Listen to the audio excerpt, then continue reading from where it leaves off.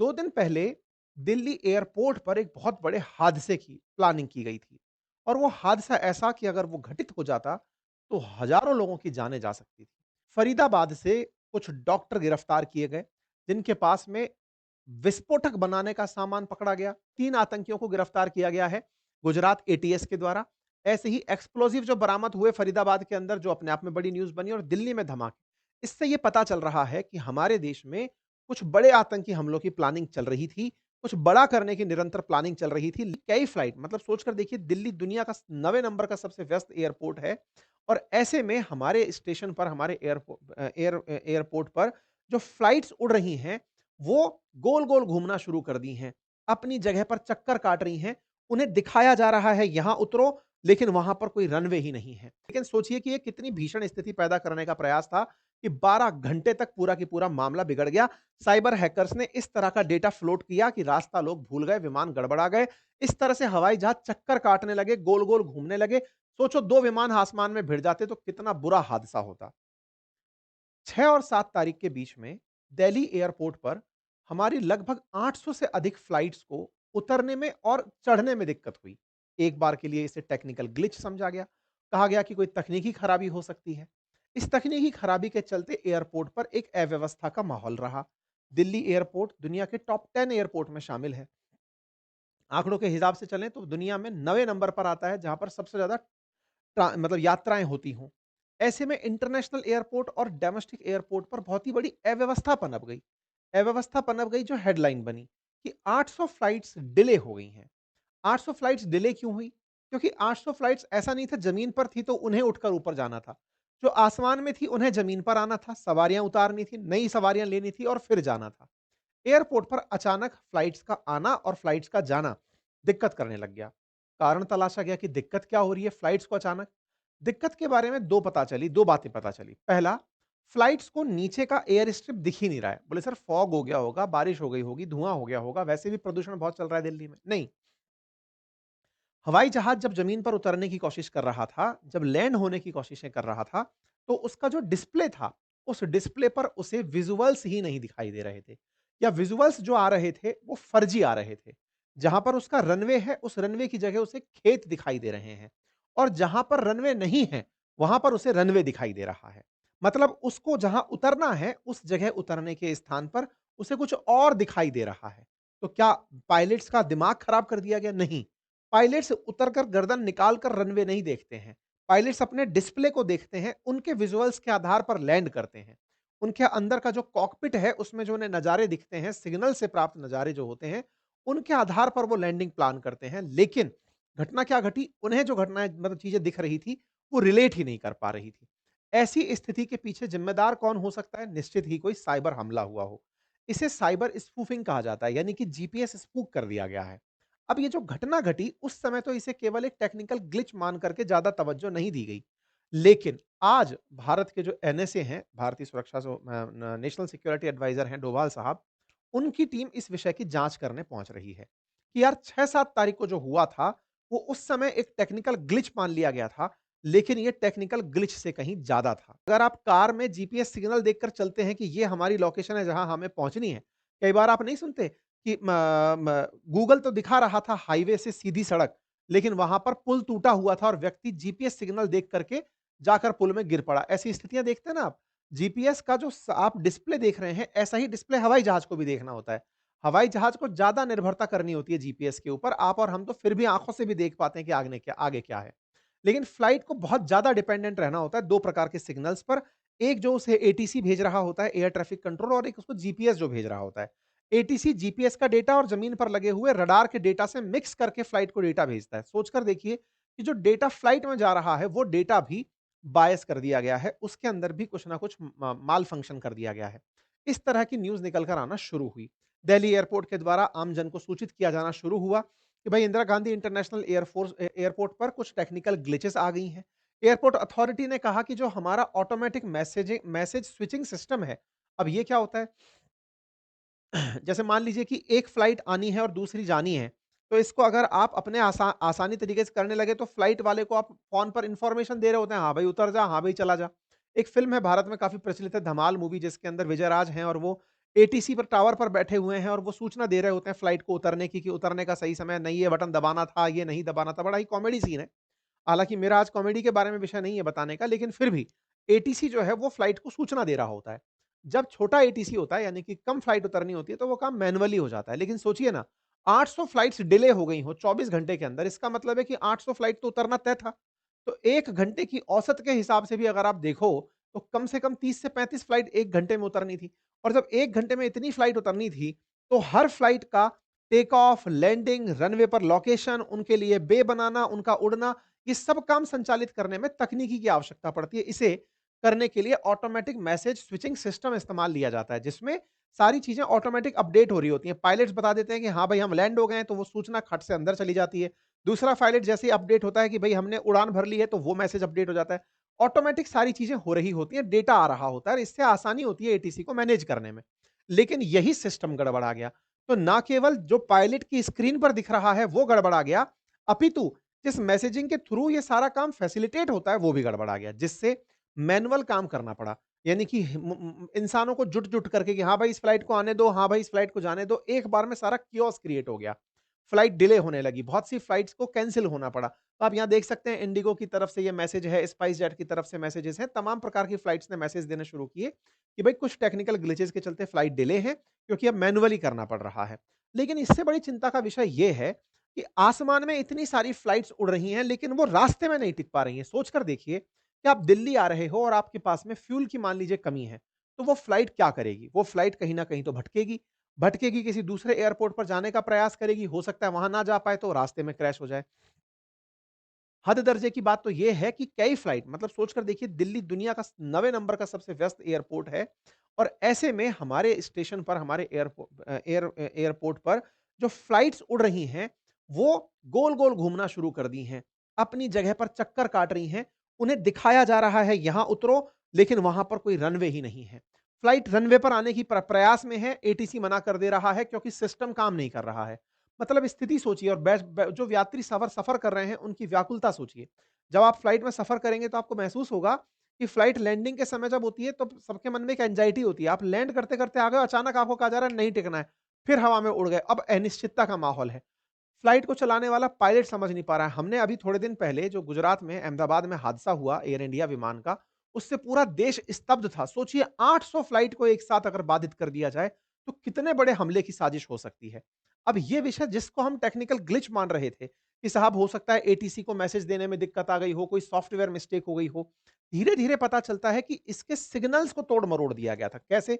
जैसे जब फ्लाइट उड़ रही होती है ना, देखो क्या है, हमारी फ्लाइट्स जहाँ उड़ रही हैं, मतलब 18 से 30 किलोमीटर की रेंज में धरती से जो ऊपर उड़ रही हैं, उनको सिग्नल अंतरिक्ष में चल रहे जीपीएस के द्वारा मिलते हैं। जीपीएस क्या है? जीपीएस क्या है? अमेरिका ने अपनी तरफ से 31 सैटेलाइट हैं जो पूरी धरती पर घूमने के लिए छोड़े हुए हैं। ये वहाँ से सिग्नल्स को दुनिया भर के लोगों को भेजते हैं। जीपीएस के थ्रू 2 तरह के सिग्नल मिलते हैं। जीपीएस की फुल फॉर्म है ग्लोबल पोजिशनिंग सिस्टम। जैसे भारत के पास आईआरएनएसएस करके एक अपना खुद का लोकल जीपीएस है। ऐसे अमेरिका के जीपीएस का नाम है अ मतलब जीपीएस का नाम ही जीपीएस है, मतलब नाम ही कॉमन उसका वहीं से पड़ा। जैसे पेस्ट को आप कोलगेट कहते हैं, ऐसे समझिए कि ग्लोबल पोजिशनिंग सिस्टम अमेरिका के पास है। तो हवाई जहाज जब आसमान में होता है तो हमें तो लगता है पूरा आसमान इसकी उड़ान के लिए है, जबकि ऐसा नहीं होता है। उसको उड़ान का एक फिक्स पाथ दिया जाता है कि आप इन कोऑर्डिनेट्स के बीच में उड़ेंगे। जैसे सड़क के लिए अपन कहते हैं ना, गाड़ी को चलने के लिए हाईवे है, ऐसे ही हवा में उड़ने के लिए इनके एयरवेज होते हैं कि आपको इन्हीं रास्तों पर उड़ना है, इतनी हाइट पर उड़ना है, ताकि किसी और तरह की फ्लाइट को जाने से पहले हम बता सकें कि हाँ भाई, यहाँ फ्लाइट आ सकती है। क्योंकि स्पीड बहुत है ना, अगर दूसरी फ्लाइट वहीं से निकल गई तो भिड़ंत हो जाएगी। तो बहुत कुछ पहले से ही फिक्स होकर चलता है, जो दिख नहीं रहा है फिर भी जीपीएस के थ्रू, कोऑर्डिनेट्स के थ्रू, लैटिट्यूड, लॉन्गिट्यूड सब सेट करके चल रहा होता है। और इस जीपीएस को क्रॉस इन्फॉर्मेशन दे रहा होता है धरती पर लगाया हुआ रडार। हमने अपने देश के अंदर रेडियो डिटेक्शन एंड रेंजिंग तकनीक लगाई होती है, जो इन फ्लाइट्स को बराबर ट्रैक कर रही होती है और बता रही होती है कि आप इतने नीचाई पर हैं, आप इतनी ऊंचाई पर हैं। यानी कि 2 तरह से इन्फॉर्मेशन क्रॉस सेक्शन होकर जारी होती है। ऊपर आसमान में लगे अंतरिक्ष के सैटेलाइट से, जमीन में लगे रडार से। इसका मतलब इनको प्रॉपर एक सूचना मिल रही होती है। इन दोनों डेटाओं को प्रोसेस करता है एयर ट्रैफिक कंट्रोल, जो कि धरती पर बना होता है। एयरपोर्ट के पास बना हुआ एक बड़ा-सा कमरा होता है। मतलब एटीसी का जो टावर है ना, ऐसा सबसे बड़ा टावर होता है। अगर आप इस बार दिल्ली एयरपोर्ट या किसी भी एयरपोर्ट पर जाएँ, तो एयरपोर्ट पर जो सबसे ऊँची इमारत दिखेगी वो एटीसी की होती है, जिसके चारों तरफ शीशे लगे हुए होते हैं। यानी कि वो विज़ुअली देख सकता है कि हाँ, फ्लाइट आ चुकी है। तो ये एटीसी का टावर होता है। ठीक है साहब? एटीसी में बैठी हुई टीम फ्लाइट को इन सभी डेटाओं के आधार पर एएमएसएस के माध्यम से सूचना भेजती है। ऑटोमेटिक मैसेंजर के थ्रू सूचना भेजती है एटीसी के थ्रू कि हाँ भाई तुम्हारी फ्लाइट में इतनी दूरी है, इतना दूर हो, यहाँ आ सकते हो, यहाँ नहीं आ सकते हो। कुल मिलाकर के फ्लाइट के लिए एक नेविगेशन किया जा रहा होता है, फ्लाइट डेटा यहाँ से देखा जा रहा होता है। क्योंकि हवाई जहाज को अपना रास्ता तो दिख रहा है, लेकिन जहाँ वो उतरेगा, वहाँ कौन-सी फ्लाइट जाने के लिए खड़ी है, बिल्कुल ऐसे समझिए जैसे रेलवे स्टेशन पर चल रही ट्रेन को पता है कि भई मेरे को तो पटरियाँ दिख रही हैं, लेकिन स्टेशन मास्टर को पता है कि यहाँ दूसरी ट्रेन आने वाली है। इसलिए वो आपको बताता है कि आप इस लेन पर ना आकर दूसरी लेन पर आएँ, अदरवाइज़ दोनों सेम लेन पर आ गई तो भिड़ंत हो जाएँगी। ऐसे ही एटीसी एक तरह का स्टेशन मास्टर है एयरपोर्ट का। उसे पता है कि ये फ्लाइट तो यहाँ आ रही है, लेकिन बे से निकलकर कोई दूसरी फ्लाइट आ गई हैंगर से निकलकर और दोनों भिड़ गई तो दिक्कत हो जाएगी। तो ऐसे में इन दिक्कतों को रोकने का काम ये करता है। तो इसके पास में पूरी तरह सुरक्षा सुविधाएँ होनी ज़रूरी हैं। सबसे ज़्यादा दिमाग की जहाँ आवश्यकता होती है, वो इसी एटीसी में होती है, जहाँ पर बैठे हुए तकनीकी विशेषज्ञ ये सब मैनेज कर रहे होते हैं। ये हिला, पूरा सिस्टम हिल जाता है, मतलब आप ऐसे समझिए। तो एक प्रकार का एक बड़ा-सा कमरा होता है, आप दिल्ली एयरपोर्ट पर जाएँगे तो देख पाएँगे। हर एयरपोर्ट पर ये एटीसी का टावर उपस्थित होता है, ठीक है? तो फ्लाइट प्लान हो, क्लीयरेंस हो, ग्राउंड कंट्रोल हो, टावर कंट्रोल हो, डिपार्चर कंट्रोल हो, एरिया सब कर कुछ करता है वो एटीसी करता है। हवाई जहाज से तो नज़ारे बिल्कुल ऐसे दिख रहे होते हैं, डिफरेंट टेरेन्स आपको स्क्रीन पर दिख रही होती हैं। रास्ता जैसे गाड़ी में से आपको दिख रहा होता है, ऐसे वहाँ पर भी दिख रहा होता है कि अपन को इस रास्ते पर चलकर जाना है।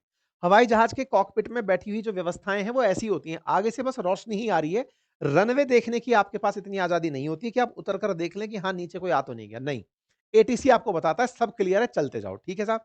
इस प्रकार से इनके कॉकपिट से जो सूचनाएँ आ रही होती हैं, लेकिन सोचिए, ये जो सूचनाएँ यहाँ डिस्प्ले हो रही हैं, वही गड़बड़ा कर जाएँ, इसे ही जीपीएस स्पूफिंग कहते हैं। अर्थात आपके एरर्स आने लग जाएँ, सिग्नल्स में एरर आने लग जाएँ। अब ऐसा कब होता है? अब देखो समझो, हमारी गाड़ी के अंदर कैसे जीपीएस चल रहा है कि अंतरिक्ष में लगा हुआ सैटेलाइट अपनी रेडिएशंस हमारी गाड़ी तक भेज रहा है। लेकिन हुआ ये कि हमने जीपीएस रिसीवर एक और बगल में प्लांट कर दिया या रिवर्स कर दिया। हमने खुद के जीपीएस सिग्नल ज़मीन से पैदा कर दिए, नकली तरीके से। मतलब आपकी मशीन को जीपीएस के सिग्नल पकड़ने हैं।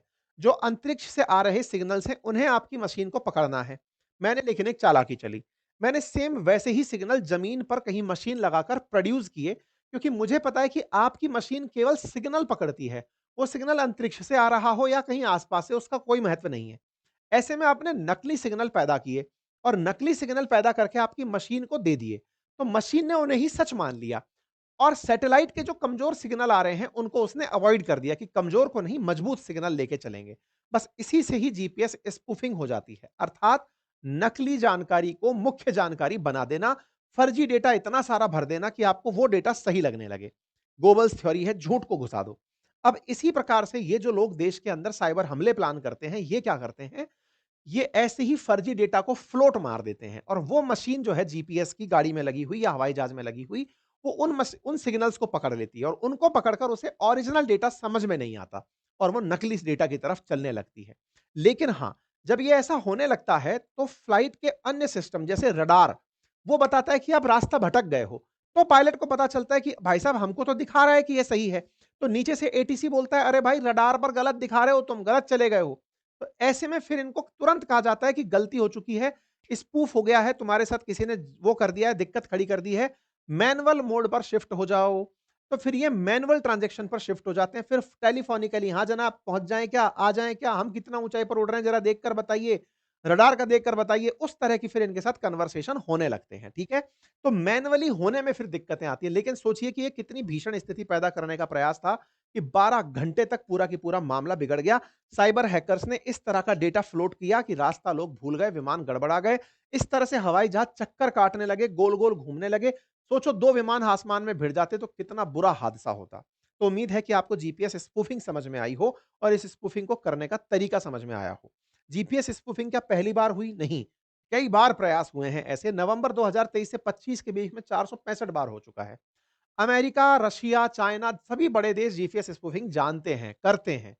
फिलहाल के लिए मिडिल ईस्ट हो या रशिया, यूक्रेन ऐसे समय पर जीपीएस स्पूफिंग ये माना जाता है कि जो भी विवादित जगह हैं, जहाँ पर बहुत ज़्यादा स्ट्रेस है, तनाव है, वहाँ पर जीपीएस स्पूफिंग होती है। भारत के अंदर भारत का राजधानी दिल्ली है, अमृतसर, जम्मू इन क्षेत्रों के अंदर जीपीएस स्पूफिंग की जाती रहती है। क्यों? क्योंकि दुश्मन प्रयास करता है कि मैं कोई हादसा कर पाऊँ। अर्थात ये ऐसी चीज़ नहीं है जिसके बारे में हमारे पायलट्स को नहीं पता होता, लेकिन इतने बड़े स्केल पर हो जाए, जिससे मामला गड़बड़ा जाए, ये कोई हमले से साइबर हमले से कम नहीं होता है।